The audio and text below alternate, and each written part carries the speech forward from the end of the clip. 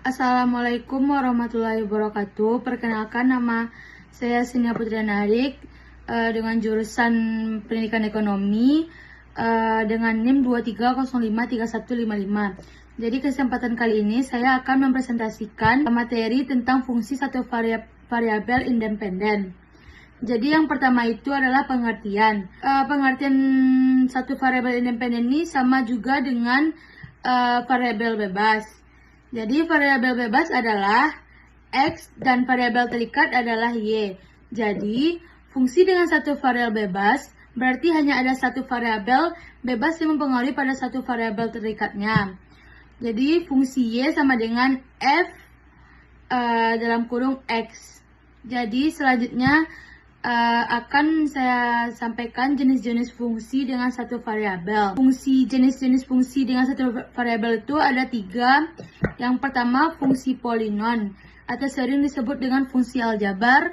Sedangkan fungsi eksponen sama fungsi logaritma itu adalah non-aljabar.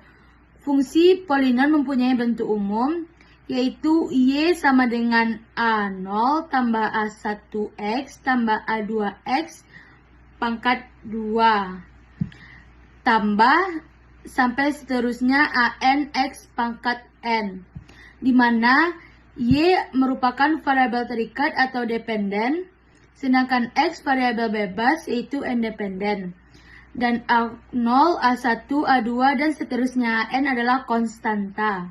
Selanjutnya fungsi dengan 2 atau lebih variabel bebas, di mana pengertiannya adalah suatu fungsi yang menyatakan bahwa terdapat 2 atau lebih variabel bebas yang mempengaruhi pada satu variabel terikatnya, atau disebut juga dengan fungsi multivariat. Yang kedua, bentuk umumnya yaitu Y sama dengan F dalam kurung X1, X2 sampai seterusnya Xn, di mana Y merupakan variabel terikat, X1 variabel bebas, dan N 2 atau lebih. Jenis-jenis dua atau lebih variabel bebas, yaitu fungsi multivariat biasanya dinyatakan dalam bentuk fungsi aljabar atau fungsi non-aljabar. Yang kedua, rank sama dengan pada kasus fungsi dengan satu variabel bebas, tetapi domainnya yang berbeda. Yang ketiga, fungsi polinomial yang berbentuk linear atau non-linear terhadap masing-masing variabel bebas. Selanjutnya, slope dan insertion. Jadi, garis lurus dapat didefinisikan oleh 2 hal.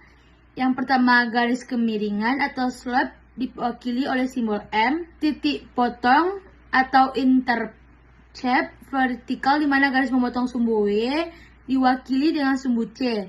Jadi, catatannya itu adalah titik potong garis dengan sumbu vertikal atau sumbu Y sering disebut intercept. Slope atau kemiringan garis hanyalah kemiringan garis. Slope negatif jika garis yang turun dari kiri atas ke kanan bawah, dan slope-nya positif jika garis itu naik dari kiri bawah ke kanan atas.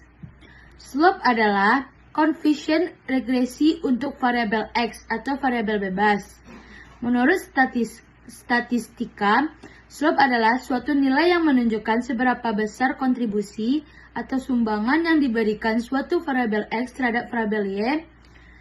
Nilai slope dapat pula diartikan sebagai rata-rata pertambahan atau pengurangan yang terjadi pada variabel Y untuk setiap peningkatan satu satuan variabel X. Sekian materi yang dapat saya sampaikan. Assalamualaikum warahmatullahi wabarakatuh.